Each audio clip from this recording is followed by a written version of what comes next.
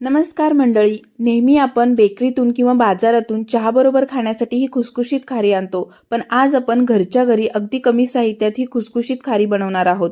ती कशी? तर चला तर बघूया. तर सर्वात पहिला आपल्याला इथे 2 वाटी मैदा घ्यायचा आहे.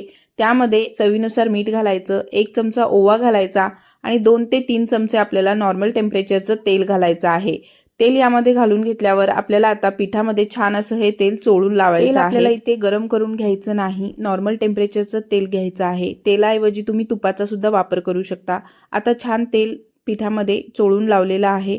आता यामध्ये आपल्याला पाणी घालायचं आहे. इथे मी 1 वाटी पाणी घेतलेलं आहे आणि थोडं थोडं पाणी घालत आपल्याला पिठाचा घट्टसर असा गोळा बनवून घ्यायचा आहे. 1 वाटी पाण्यामध्ये माझं परफेक्ट असं पीठ मळून झालं होतं. तुम्हाला यापेक्षा जास्तही पाणी लागू शकतं. आता पीठ छान असं मळून घ्यायचं आहे आपल्याला.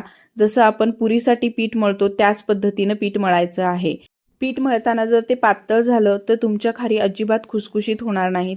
त्यामुळे पीठ आपल्याला घट्टसर पुरीसारखंच मळून घ्यायचं आहे. आता हे पीठ मळून झालेलं आहे. आता याला आपल्याला झाकण लावून एक 5 मिनिटासाठी रेस्टला ठेवून द्यायचं आहे.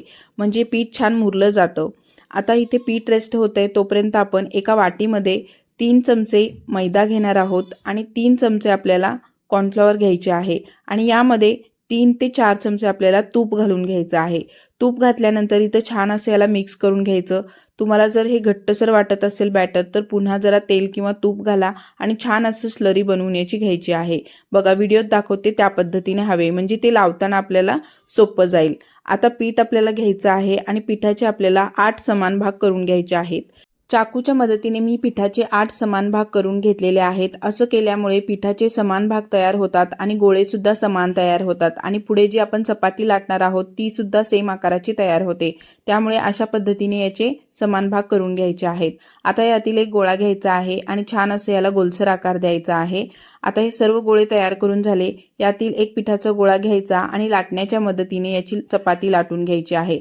आपल्याला इथे पातळसर अशी चपाती लाटायची आहे. अजिबात जाड ठेवायची नाही, नाहीतर आपल्या खारी खुसखुशीत किंवा लेअरवाल्या येणार नाहीत. त्यामुळे चपाती एकदम पातळसर लाटून घ्यायची आहे. आता इथे मी पहिली चपाती लाटून घेतलेली आहे. अशाच पद्धतीने मी बाकीच्या सुद्धा चपाती लाटून घेतलेल्या आहेत. आता चपाती लाटून झाली, हिला प्लेटमध्ये काढून घेऊ.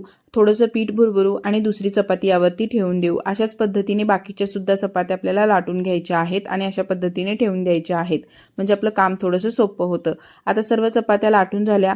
आता त्यातील एक चपाती घ्यायची, पोळपोटाला थोडंसं पीठ लावायचं आणि चपाती ठेवायची. चपाती ठेवल्यानंतर आपण जी स्लरी बनवली होती ती याला लावून घ्यायची आहे. सर्व बाजूने छान पसरून लावायची आणि वरून आपल्याला दुसरी चपाती घालून द्यायची आहे. अशाच पद्धतीने आपल्याला सर्व 4 चपात्या एकमेकांवरती ठेवून द्यायच्या आहेत. चपाती ठेवायची, स्लरी लावायची, वरून पीठ भुरभुरायचं आणि पुन्हा दुसरी चपाती यावरती ठेवून द्यायची आहे. सर्व चपात्या या पद्धतीने करून घेतल्या. आता आपल्याला सर्व चपाती एका बाजूने फोल्ड करून मध्ये घालायच्या आहेत. व्हिडिओत दाखवते त्या पद्धतीने. पुन्हा स्लरी लावायची आहे आणि दुसऱ्या बाजूने सुद्धा याला फोल्ड करून घ्यायचं आहे. अगदी व्हिडिओत दाखवते त्याच पद्धतीने फोल्ड करा, म्हणजे आपल्या खारीच्या लेयर्स खूप छान येतील. आता हे सर्व तयार करून झालेलं आहे. आता आपल्याला हा पिठाचा जो गोळा आहे तो बटर पेपरमध्ये आपल्याला एक 15 मिनिटासाठी फ्रीजमध्ये ठेवून द्यायचा आहे. फ्रीजरमध्ये नाही ठेवायचा, जिथे आपण भाजीपाला वगैरे ठेवतो, दूध ठेवतो त्या ठिकाणी आपल्याला याला ठेवून द्यायचं आहे. म्हणजे पीठ छान सेट होतं आणि मग आपल्या खारी ज्या आहेत त्या लाटल्यानंतर खूप छान लेयर्स सोडतात, म्हणून याला फ्रीजमध्ये ठेवायचं आहे. जर नाही ठेवलं तरी सुद्धा चालेल, पण लेयर्स छान येण्यासाठी आपल्याला ही स्टेप करायची आहे. आता 15 मिनिटानंतर मी पिठाचा गोळा काढून घेतला आणि याला पुन्हा एकदा आपल्याला लाटून घ्यायचं आहे. आता ही चपाती लाटत असताना आपल्याला चौकोनी आकारामध्येच लाटायची आहे, म्हणजे आपण पुढे जे खारी कट करणार आहोत त्या चौकोनी आकारामध्ये येतील. आता ही थोडीशी जाड ठेवायची आहे, याला पातळ करण्याची गरज नाही. आता कडेने हे चाकूच्या मदतीने कट करून घ्यायचं आहे आणि आपल्याला व्हिडिओत दाखवते त्या पद्धतीने चौकोनी आकारामध्ये खारी कट करायची आहे. त्याच पद्धतीने याला कट करून घ्यायचे आहेत. अशा पद्धतीने या स्टेप्स मी कट करून घेतलेल्या आहेत. तुम्ही व्हिडिओमध्ये पाहू शकता. तुम्हाला छोट्या आकाराच्या खारी हव्या असतील तर त्या आकाराने तुम्ही कट करून घेऊ शकता. आता या मीडियम आकाराच्या मी खारी बनवल्या आहेत, त्यामुळे मी अशा पद्धतीने कट करून घेतलेल्या आहेत. सर्व स्ट्रिप्स कट करून झालेल्या आहेत. आता यांना आपल्याला मोकळं करून घ्यायचं आहे आणि एखाद्या प्लेटमध्ये काढून घ्यायचं आहे. तुम्ही बघू शकता इथे मी थोडासा मीडियम आकारच ठेवलेला आहे, जास्त मोठाही केलेला नाही. आता लगेचच गॅसवरती तेल गरम करायला ठेवायचं आहे. मीडियम गॅसवरती तेल गरम करायचं.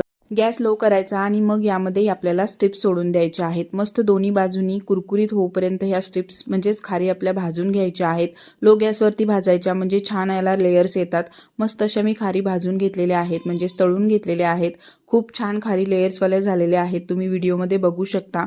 एक बॅच माझी थोडीशी तेलकट झाली होती पण खारी खायला अतिशय खुसखुशीत झाल्या होत्या.